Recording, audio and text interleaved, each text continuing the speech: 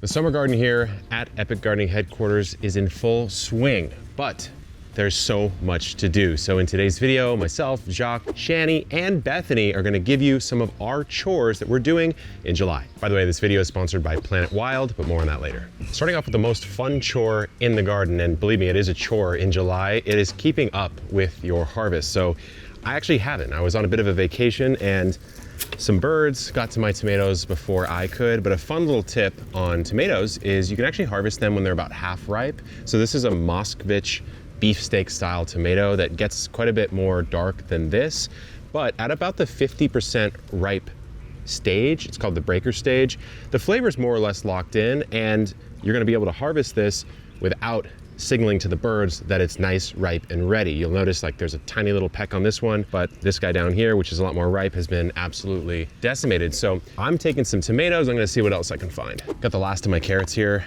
The way to know if a carrot is ready is to kind of measure the diameter of the top, which would be brushing right out of the soil. But at this point, it's getting too hot for these carrots to want to be in the ground much longer. They'll go woody and they'll be really a total waste. So I'm just gonna take out as many of these as I can. My pepper patch is starting to get out of hand, and this is what I mean by harvesting becoming a chore in summer. I've got about 20 different varieties in here. I'll take a few off right now, but with pepper harvesting, a lot of it comes down to the variety. This is Joe E. Parker, kind of a weird name. I'm gonna harvest these ones green, but if I had, let's say, a jalapeno, I could harvest that green, or I could let that go red and it'll start to cork or form these little cracks. Then I could hang dry that, and I've got basically a completely different flavor profile. So chore-wise, it's about the harvest, but if you really wanted to, you could do a little bit of pruning and shaping on your peppers as the season progresses, but I'm not a big fan of that. I really just like to plant my peppers, let them rip, and come and enjoy and harvest what I want. But what I will say is if you let the peppers sit for too long, let's say a shishito or something like that, you will start to get a little bit less production. I like to clip and go, and clip and go, and clip and go, and just store it all inside, which I'll show you right now. This is one of the ways that I store produce here at the homestead. I've got some garlic and onions that we just finished up with.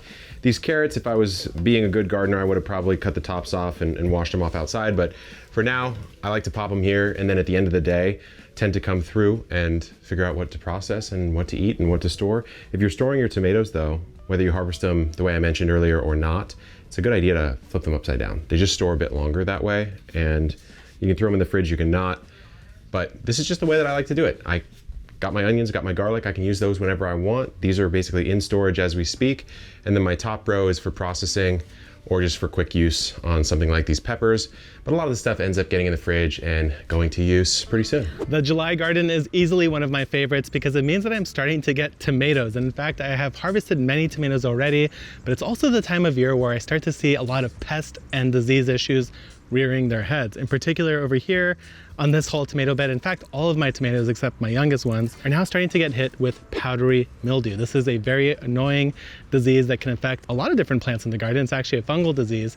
So let me show you some strategies on how I like to deal with powdery mildew, as well as a solution for killing powdery mildew that is also safe for your garden. When it comes to dealing with pests and diseases in the garden, proactivity is the key. You want to go out in your garden and examine your plants. Look at the tops of the leaves, the undersides, the stems, the fruits, and try to find any signs of pest damage, or even pests themselves, and disease. In this case, with powdery mildew, you want to definitely look at the undersides of the leaves because they tend to start on the underside stems first before spreading to the leaf, the stem, and taking over your entire plant.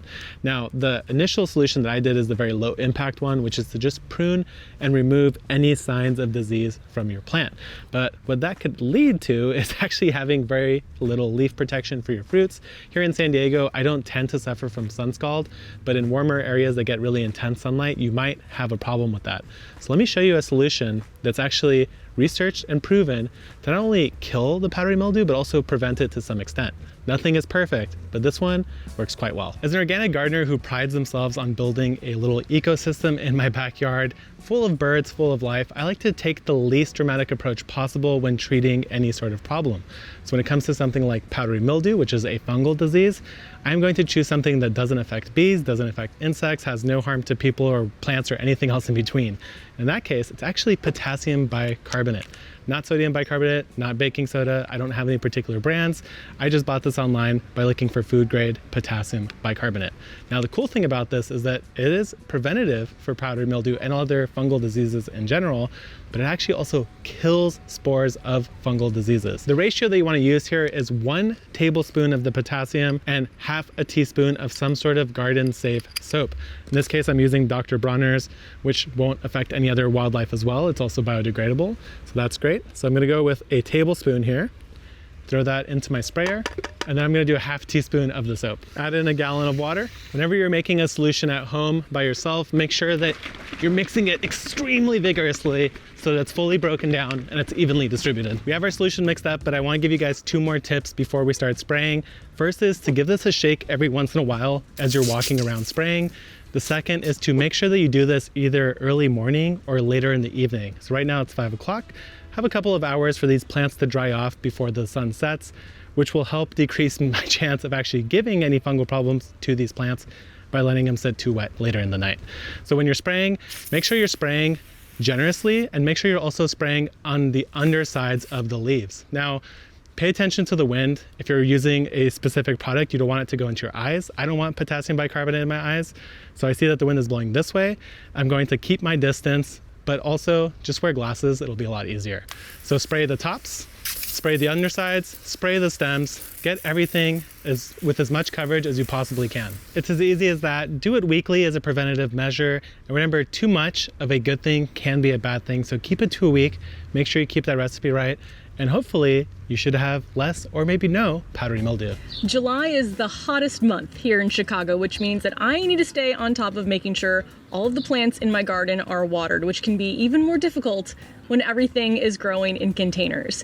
Now, one of the best gardening decisions I made a few years ago was to set up almost all of my containers on irrigation. Irrigation has been such a time saver for me. Even though my garden is relatively small, it would still take me maybe about 20 minutes every morning to come out and water my garden. But now I can use a timer and schedule my garden to be watered before I'm even awake. I can come out and do other garden tasks that I have on my to-do list for that day. An irrigation system is also great for when you head out of town, whether it's for a weekend or a few weeks at a time. You can leave knowing that your garden is still going to be watered without you there. One challenge I have with irrigation systems by gardening all in containers is that my containers vary quite a bit in size. I have giant raised beds down to very small terracotta pots. So I would recommend finding some sort of irrigation system that has adjustable emitters. So if I twist this emitter all the way up, it's going to give me a larger stream of water to cover a larger area. And if I twist it almost all the way down, it basically becomes like a drip emitter, so 1 drop of water coming out at a time. So I can customize this to whatever each individual container needs. I do still have a hose hooked up because not all of my containers are hooked up on irrigation, and some pots actually need to be watered more often than my irrigation runs. So I time my irrigation as what's kind of the average for most of my plants, and then hand water with a hose for anything that needs a little extra hydration. Now I feel all warm and fuzzy when I think about this gardening chore because it's actually my first garden memory, and that is pinching basil. Because when I was 8 years old, I got my first job working on a neighbor's farm, and my little hands were perfect sized for pinching basil buds and for harvesting basil leaves. Pinching your basil is easy. Once you start seeing those flower buds forming, that's what we want to get rid of.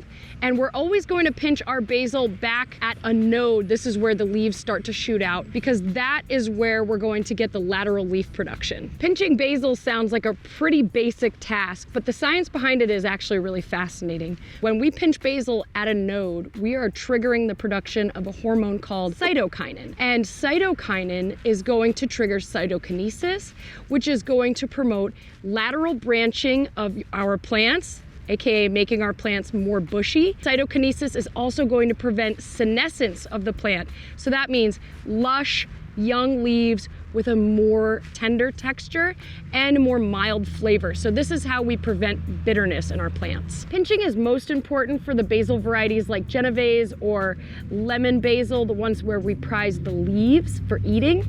But there are lots of basils that are more appreciated for their flowers and their ability to attract pollinators, like the African blue basil or Tulsi. And in those varieties, I might pinch them once or twice early in the season to promote a bushy habit, and then I'm gonna let those flowers flourish because I want all those beneficials in my garden. It might seem like an odd time to do this task I'm about to share with you, but July is actually a good time to do what's called summer pruning of your fruit trees. So I have some citrus here. I've got some stone fruit. This is my crazy productive peach. I'm not sure what I've done to it to make it that big, but it's a little bit too big, and so is this citrus. And so as I've learned from one of my personal mentors, Tom Spellman, who popularized backyard orchard culture, when you're growing a home orchard, you really have to think about it differently. You're not growing production orchards where you're trying to maximize the fruit you get on a per tree basis. What you're trying to do is just get some fruit that you like to eat at your house. And so what I'm doing here, ooh, spiky, is I am cutting my citrus down to size. I planted about 4 years ago this citrus hedgerow, and some of them you'll notice are a little shorter than the others. What I'm doing right now is I'm controlling this height during a productive period where I'm not removing any potential fruit. There's no flowers, no fruit, but I am just bringing this height down to kind of level set the orchard so I can just come out and easily reach the fruit that I'm trying to eat. Now, if you come and look at a peach even, there's a ton of peaches hanging on this tree. Actually, let me just pick one real quick. Look at this guy. This is just juicy, but the peaches have formed. What I want to do now is I want to say, I'm a pretty tall guy. I can still barely reach a peach up here. So what I need to do is come through and shape this tree for how I want it to be next year. And what that would mean in this case is taking a branch like this and just bringing this down to size so that it doesn't get really unruly. And the beauty of pruning is it's kind of like an art form. In fact, Tom told me once that pruning a fruit tree is like an artist's canvas that is never finished. So there's so much shaping that you can do to set yourself up for success next season. My herb garden is the largest it has ever been. I'm growing 17 different herbs, 8 of which are differently flavored mints, and July is the month when I really get to start harvesting off of these plants. I like to wait until my plants are around 6 inches tall before I start harvesting, just to give them some time to grow and get established, and then I'll just follow the 1/3 rule, which is basically not removing more than 1/3 of the plant at a time every time I harvest. And I would say I'm maybe harvesting like once every couple weeks. To harvest, I'll use scissors or pruners, and how you harvest does depend on the type of herb. For mint, for example, you want to go down and find a set of leaves and cut right above that. That's going to encourage more branching of your plant and create a bushier plant overall.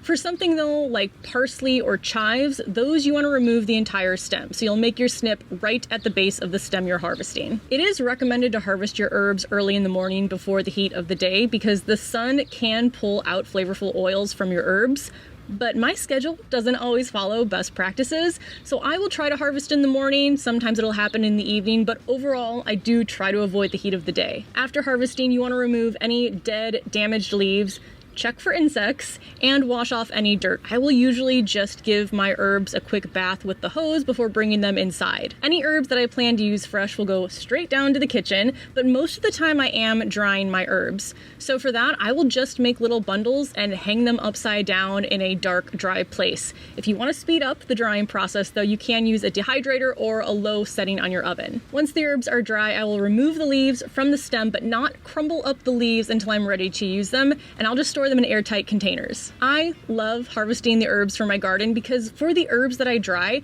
I can use those for a pretty long time. So in the middle of winter, when it is dark and it is cold, I can make a cup of tea with, let's say, my chocolate mint and have a really great reminder of my garden. Here's a garden chore that many of us growers are tempted to skip, but I always make time to do, and that is sanitizing your seedling trays. Tomatoes in Florida are very susceptible to disease, so the first step in having healthy plants is to start with clean, sanitized trays. So this may feel like a finicky, extra step, not necessary, but it's essential to help prevent dampening off disease in your seedlings. Dampening off disease is caused by a few different types of fungus that can live in the soil in your leftover seedling trays if you don't clean them out from the previous growing season. You've probably seen dampening off disease before. This is when your little seedlings mysteriously topple over, usually right at the crown of the plant, and typically in a concentrated area. in your seedling tray. It's absolutely heartbreaking and there's no coming back from dampening off disease. So let's just prevent it with a simple step like sterilizing. The first step is washing those seedling trays off with a mild dish soap solution to get any extra crud removed. The next step is to soak them in a mild bleach solution for 15 minutes, and this is a ratio of 1 to 9, 1 parts bleach to 9 parts water. After your 15 minutes is up, rinse them with clean water and let them dry in the sun. I consider this an essential July gardening task for me in Florida because I'm getting ready to plant my fall tomatoes in early August. And so I want to have my seedling trays sanitized and ready to go. One of the biggest chores we've done here over the last few years is put in this pond in the backyard of the homestead. And the whole point was to bring a little wildlife back into the garden. My girlfriend and I love to sit out here and just kind of count the new bird species that are coming just because there's this watering area. And it brings us to the sponsor of today's video,